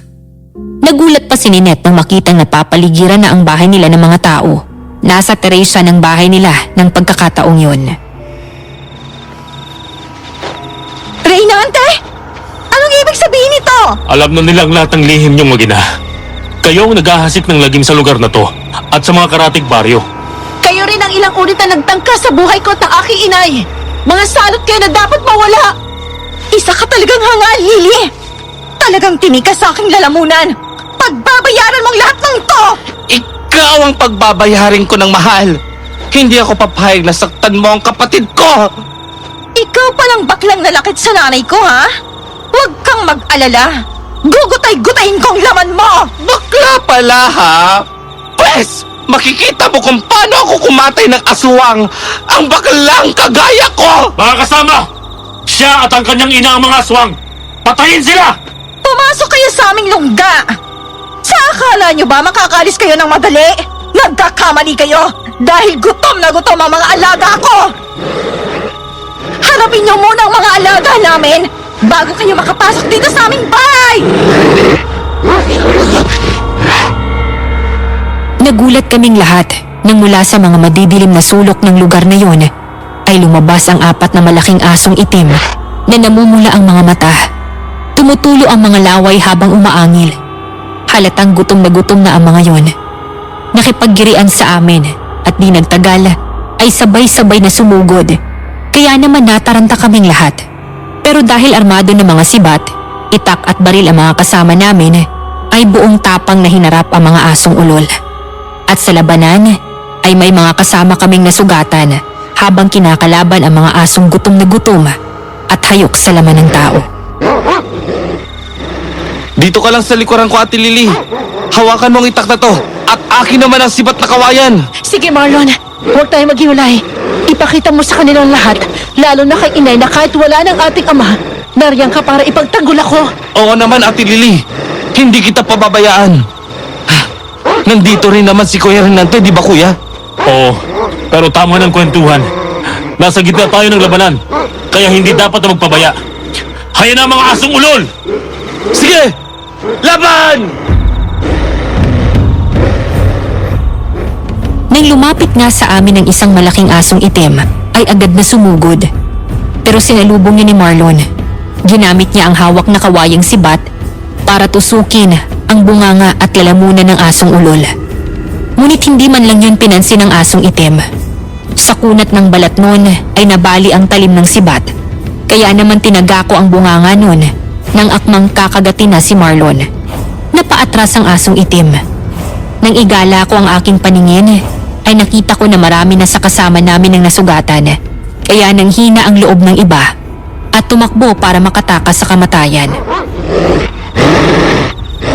Reynante, nagtakbuhan na ang mga kasamahan natin. Napaghandaan nilang pagdating natin. Pumasok kayo sa aming lungga! Sa palagay nyo ba makakalabas pa kayo? Mga hangal kayong lahat! Hinabol ng mga asong ulol ang mga kasama nating tumakas. Umalis na rin tayo rito. Tama ka, Marlon. Tayo na! Bago kami tumakas, ay nakita ko na lumabas sa terrace si Aling Trining. Mahina na siya at iniinda pa rin ang kanyang mga sugat. Ganun pa man, ay gusto niyang makaganti sa amin. Kaya nang tumakas na kami, ay humabol pa rin sila ni Ninette. Tuloy-tuloy naming binagtas ang madilim na kakahuyan. Hindi ko na nga alam ang lugar na yon, kaya sunod-sunuran na lang kami kay Reynante. Hindi kita mapapatawad sa ginawa mong pagtataksil sa akin, Reynante. Papatayin kita at isusunod ko ang iyong nanay. Tandaan mo, Lily. Kailangan makalayo tayo dito. Pagod na ako, Reynante. Hindi ko na kaya tumakbo. Kailangan kitang mailayo dito. Siguradong sasaktan ka ni Ninette. Marlon! Pasanin mo ang ate mo. Tumakas na kayo at ililigaw ko sila. Sige, Kuya Renante. At Lily, pumasang ka sa akin. Aalis na tayo dito. Pero paano ka? Makasaktan ka niya kapag inabutan ka. Lalabanan ko sila, Lily. Sige na, tumakas na kayo.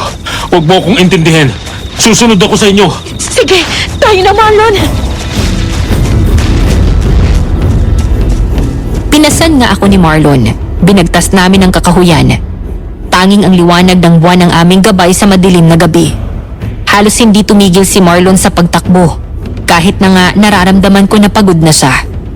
Gusto rin niya na makalayo kami sa lugar na yon. Kaya napatigil siya sa pagtakbo nang makarating kami sa malawak na lugar kung saan ang mga damo ay abot hanggang tuhod. Wala kaming pagtataguan nang harangin kami ng asong itim. Nalinti ka na. Buong akala ko ay nakatakas na tayo sa walang hiyang ito. Hindi pa pala. Matalas ang pang-amoy nila. Maliksi ang kanilang katawan at kabisado nilang lugar na to. Kaya hindi tayo basta-basta mga katakas. Katapusan na yata natin to, Marlon. Huwag ka mag-alala, sister. Habang buhay ako, hindi kita pababayaan. Halika, Limaw! Lumapit ka! Ako ang harapin mo! Marlon, may isa pang problema. Ate naman, huwag mong sirain ang konsentrasyon ko. Papalapit na ang asong ulol. Ayaw kong makagat niya ako. Nasa likuran natin si Aling Trining. Ay! Ano? Nakakaloka. Hindi ko na nga alam kung paano patay ng isang to. Nandyan na naman ang matandang amo niya. Buhang ka? Ba't bigla ka na naman lumambot? Akala ko ba'y nagpapakalalaki ka na? Oo nga. Yun naman talagang gagawin ko. Nagulat lang ako, ate. Kaya lumadlat uli yung tono ng boses ko. Nang sumugod nga ang mga asong ulol, ay hinarap na ni Marlon ang buong tapang. Puro kalmot sa braso at mukha ang inabot ng kapatid ko. Pero hindi siya nagpakita ng kaduwagan. Gusto niyang patunayan na kaya niya akong ipagtanggol sa ganoong pagkakataon. Nang lumapit na patungo sa akin si Aling Trining, ay dumampot ako na pinakilos ko ang aking mga paa para malaman kung meron bang bato o kahit anong armas na magagamit ko panlaban sa kanya. Nang merong masagi ang mga paa ko ng mga bato, ay kaagad kong dinampot yun at binato kay Aling Trining. Pero hindi niya yun ininda. Nagpatuloy siya sa pagsugod sa akin. Pero biglang humarang si Danny. Hindi ako papayag na saktan mo si Lily! Magdaraan ka muna sa ibabaw ng aking bangkay! Danny? Paano ka nakarating dito? Nang tumanggi ang aking ama na tulungan kayo, ay nagtampo ko sa kanya. Lihim ko na lang kayong binantayan hanggang sa makita kong umalis kayo at pumunta kay Reynante. Hanggang dito ay sumunod ako sa iyo para patunayan ang tunay na pagmamahal ko sa iyo. Hindi ka na dapat na pumunta dito. Delikadong sitwasyon na pasok ko. Hindi sila ordinaryong kalaban. Wala na akong pakialam doon. Ang mahalaga sa akin ay makaligtas ka sa sitwasyong ito at makabalik sa inay mo. Matandang aswang! Ako ang harapin mo! Hangalap ka talaga. Pipiliin mo pang isakripisyo ang buhay mo sa taong hindi ko naman gusto. Wala ka nang itinirang respeto para sa sarili mo. Isa ka kasing salot na makasarili! Kaya hindi mo alam ang tunay na kahulugan ng pagmamahal. Hindi ka dapat na mabuhay. Gagamitin ko ang itak ng aking ama para tapusin ka! Galit na sumugod si Aling Trining. Sinalubong naman siya ni Danny. Ilang ulit niyang tinaga ang aswang na si Aling Trining. Kahit na may iniinda yon sa katawan, ay maliksi pa ring naiilagan ang mga pag-atake ni Danny. Gamit ang matatalas nitong kuko, ay kinakalmot nito si Danny hanggang sa bumagsak si Danny. Bago pa siya makabangon, ay nadampa na siya ni Aling Trining at kinagat siya sa leeg. Nagawa naman ni Danny na itarak sa dibdib ni Aling Trining ang itak. Kaya agaw buhay din yung bumagsak. Gumapang palayo kay Danny. Nang makita ko yun, ay kaagad kong nilapitan si Aling Trining. Hinawakan ko ang itak na nasa dibdib niya. Buong lakas ko yung idiniin. Mamamatay ka! Halimaw!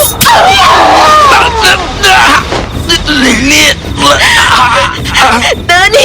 Ang laki ng sugat mo sa leeg! Halika na! Dadaling ka namin sa ospital! Hindi ko na kaya, Lily. Palagay ko, ito ng katapusan ko. Pero, masaya ako mamamatay. Danny! Kasi, ikaw ang uli kong nakita bago ako pumihit. Mahal na mahal kita, Lily. Huwag kang magsalita! Huwag kang magsalita! Kaya mo yan! Mahal na, Lily. Pakisabi kay Itay, patuloy niya ako. Oo, Danny! Sasabihin ko sa kanya yon. Danny! Danny, huwag ka matutulog! Diyos ko! Marlon! Tulungan mo ako! Si Danny! Patay na yata siya! Pagod na pagod si Marlon nang matapos patayin ang asong ulol. Umaagos ang dugo sa kanyang muka at braso, gawa ng mga sugat. Marahan siyang lumapit sa akin. Itinayo niya ako. Pinahid niya ang luha sa aking mga mata. Pinilit niyang umiti kahit sobrang hapdi na ng mga sugat niya. Nang makita niya na nakahandusay si Danny, ay kinapapa niya ang puso nun para tiyakin kung wala na nga yung buhay. Patay na si Danny! Itinaya niya ang kanyang buhay para ipagtanggol ako! Talagang mahal ka ni Danny, Ate Lily. Hanggang sa wakas, ay ikaw pa rin ang nasa isipan niya. Tandaan mo ang lugar na to, Marlon. Bukas pagsikat ang araw, babalikan natin ang bangkay niya. Kung sakali makakaligtas pa tayo dito. Sige ate, umalis na tayo dito. Baka gumaghalap ang ibang mga alagang aso ni Nanette. Ano na kaya nangyari kay Renante? Nasaan na kaya siya? Ipagdasal na lang natin na buhay pa siya, Ate Lily. Sana ay natakasan din niya ang mga humahabol sa kanya. Umalis na kami ni Marlon sa lugar na yun. Inalalayan ko siya dahil nanghihina na siya sa dami ng mga dugong nawala sa kanya. Hanggang sa makarating kami ng Kakahuyan, doon ko muling nakita si Renante. Kung saan, napatay na din niya ang 2 asong ulol na alaga ni Ninette. Pero kagaya ni Marlon ay nagtamo na rin siya ng maraming sugat sa muka at sa katawan. Pagod na rin siya nang lumapit sa amin. Kaagad niyang tinignan ang paligid. Renante, kaya mo pa ba? Oo, Lily. Kaya ko pa. Kailangan na nating makaalis dito. Baka hindi ko na kayanin kapag inabutan tayo dito ni Aling Trining at Ninette. Mas mabangis sila kaysa sa kanyang mga alaga. Patay na si Aling Trini. Napatay siya ni Danny. Nagsakripisyo siya para iligtas kami. Namatay siyang lumalaban para sa akin. Renante! Talagang binaliwala mo na ako! Sinaktan mo ng damdamin ko! Ibinunyag mo pa ang pagkatao namin ng inay ko! Tapos ngayon, pinatay mo pa ang mga alaga ko! Sampain ka! Nangako ko sa'yo na hindi ko sisirain ang kasunduan natin. Basta't huwag mong pakikialaman si Lily. Pero kayo ng inay mo ang gumawa ng daan para gawin ko yun. Dahil tama talagang kutob ng inay ko, mahuhulog ka sa babaeng yan. At kakalimutan mo ako pati ang magagandang bagay na nangyari sa atin! Bakit kasi pinipilit mo yung sarili sa lalaki hindi ka naman gusto? Bakit kasi hindi mo nalang tanggapin ang katotohanan ng ayaw niya sa'yo? Nakakatawa ka naman, Lily. Sa palagay mo ba? Alam mo ng lahat tungkol sa amin ni Reyna Ante? Oo, alam ko ng lahat pagkatapos ng mga nangyari. Pero alam mo rin ba na isa ring aswang ang lalaki ngayon mo palang natutunang mahalin? Aswang si Renante? Oo! Isa rin siyang aswang na kagaya ko. Bakit hindi mo siya tanungin? Totoo ba ang sinasabi niya, Renante? Isa ka rin bang aswang na kagaya niya? Lily, kasi naalala mo nung sinabi ko sa inyo Sa sobrang komplikado na, kapag nalaman yung lahat ng ito, pwede kayong matakot o magalit sa akin. Kung ganun ay, aswang ka nga, Kuya Renante. Oo, nahawa ako kay Ninette. Meron siyang ipinakain sa akin na hindi ko alam kung anong klaseng karne. Yun palang magbibigay sa akin ng bangungot. Pero Lily, Isa ka rin pala sa kanila, Renante. Kung gano'n ay masama ka rin na kagaya nila. Kumain ka na rin ba ng tao? Lily, makinig ka sa akin. Kahit naman naging aswang ako, kahit minsan hindi ako nanakit at kumain ng tao, puro hayop ang kinain ko. Sa katunayan, naghahanap ako ng lunas para gumaling ako. Si Nanay Nida, kagaya mo din ba siya, ha? Renante? Hindi, Lily. Pakiusap. Huwag mo rin sasabihin sa kanyang anumang nalaman niyo ngayon. Baka hindi niya matanggap ang kalagayan ko. Kaya nga sa simula pa lamang, sinarili ko na ang problemang to. Anong napala mo sa pagtataksil sa akin, ha, Reynante? Akala mo ba mamahalin ka niya? Kapag nalaman niya na isa kang aswang, hindi ka niya matatanggap. Kaya kung ako sa'yo, pagtulungan na nating patayin ang magkapatid na yan! Tumahimik ka, Ninette! Mahal ko si Lily. Kaya hindi ako papayag na sasaktan mo siya. Ang totoo ay nalilito ako sa mga nalaman ko, Renante. Pero hindi kita hahatulan. Kasi naging mabuti ka naman sa akin mula pa sa simula. Kahit isa kang aswang nagawa mo magpakatao. Sana malampasan natin ang problemang ito at sabay na hanapin ang lunas sa kalagayan mo. Salamat, Lily. Marlon, umalis na kayo ni Lily. Pipigilan ko siya hanggang sa makakaya ko. Umuwi kayo sa mansyon at doon na magpaumaga. Dumaan kayo sa daanan yan para madali niyong makita ang bahay namin. Walang makakaalis sa lugar na to! Mamamatay kayong lahat! Sumunod naman kami ni Marlon sa sinabi ni Reynante. Kaagad kaming umalis ni Marlon at iniwanan sila ni Ninette. Pero nakita ko na humahabol sa amin si Ninette. Hindi naman pumayag si Reynante na makalapit sa amin si Ninette. Hinarang niya yun at sila ang naglaban. Habang papalayo kami ni Marlon ay dinig pa namin ang mga angil nila. Parang mga aso at pusa na nag-aaway. Mahina na si Kuya Renante, Ate Lily. Tsak na matatalo siya ni Ninette. Kailangan na natin makalayo dito bago pa tayo mabutan ng babaeng aswang na yun. Oo, Marlon. Talian na natin. Alam ko makakayanan pa ni Renante at pigilan si Ninette hanggang sa makalayo tayo. Kawawa naman siya kung mamamatay lang si Ate Lily. Hindi ba natin siya tutulungan? Sundin na lang natin ang kagustuhan ni Renante. Tahakin natin ang daanang to para makarating sa mansyon nila. Talian na natin. Sige, Ate Lily. Kaya ko pa naman. Papasanin na lang kita para madali tayong makalayo sa lugar na to. Sumang-ayon naman ako sa gusto ni Marlon. Pumasan na ako sa kanya kaya mabilis kaming nakalayo sa lugar na yun. Dinaanan namin ang direksyon na itinuro ni Reynante. Tuloy-tuloy na tumakbo si Marlon hanggang sa makalabas kami sa kakahuyan. Natanaw namin ang mansyon ni Reynante kaya nagmamadali kaming pumunta doon hanggang sa makarating kami sa gate ng bahay. Kaagad kaming kumatok. Halos masira ang gate sa lakas ng pagkatok namin. Nanay Nida! Buksan niyo ang gate na to! Nandito na kami! Pakiusap po! Buksan niyo ang gate! Tao po! May nakakarinig ba sa amin? Buksan niyo ang gate! Ano nangyari sa lakad nyo? Nasaan si Reynante? Mahabang kwento, Nanay Nida. Pwede ba nasa loob na tayo mag-usap? Marlon, anak. Ang dami mong dugo. Ayos ka lang ba? Kaya ko, Panay. Pakiusap po. Mas maganda kung pumasok na tayo sa loob. Mas ligtas tayo doon. O siya, sige. Tayo na sa loob para malagyan na rin ng gamot ang sugat mo. Kaagad nga kaming pumasok sa loob ng mansyon matapos na isara ni Marlon ang gate. Nang makapasok kami sa loob ng bahay, ay sinigurado din namin na nakasarado ng mabuti ang mga pintuan at bintana doon. Habang ginagamot ni Aling Nida at Inay ang sugat ni Marlon, ay kinwento namin ang nangyari. Sinabi ko sa kanila ang lahat, maliban sa kalagayan ni Reynante. Ayaw ko kasi na magbago ang pagkakakilala sa kanya ni Inay at Nanay Nida. Talagang napakatuso pala na mag-ina na yon. Alam talaga nila na darating ang araw na mabubunyag ang kanilang mga lihim. Kaya nag-alaga sila ng ganong kalalaking mga aso. Kawawa naman pala si Danny.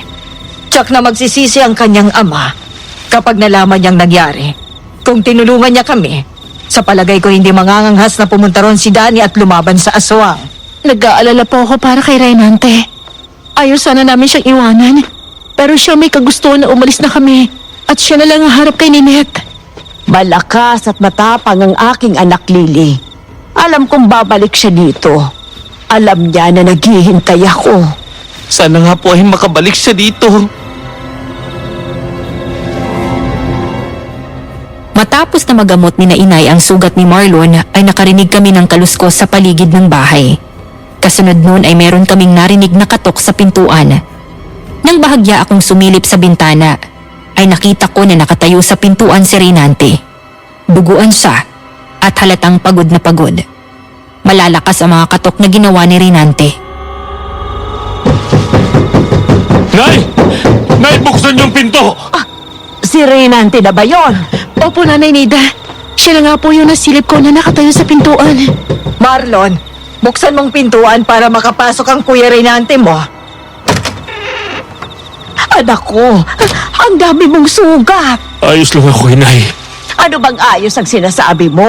Halika nga at ang magamot na yung mga sugat mo. Sinabi ko ng ayos lang ang mga sugat ko, Nay. Nasaan si Lily? Nandito ako, Raynante. Mabuti naman nakaligtas ka. Ano na nangyari kay Ninette? Napatay mo ba siya?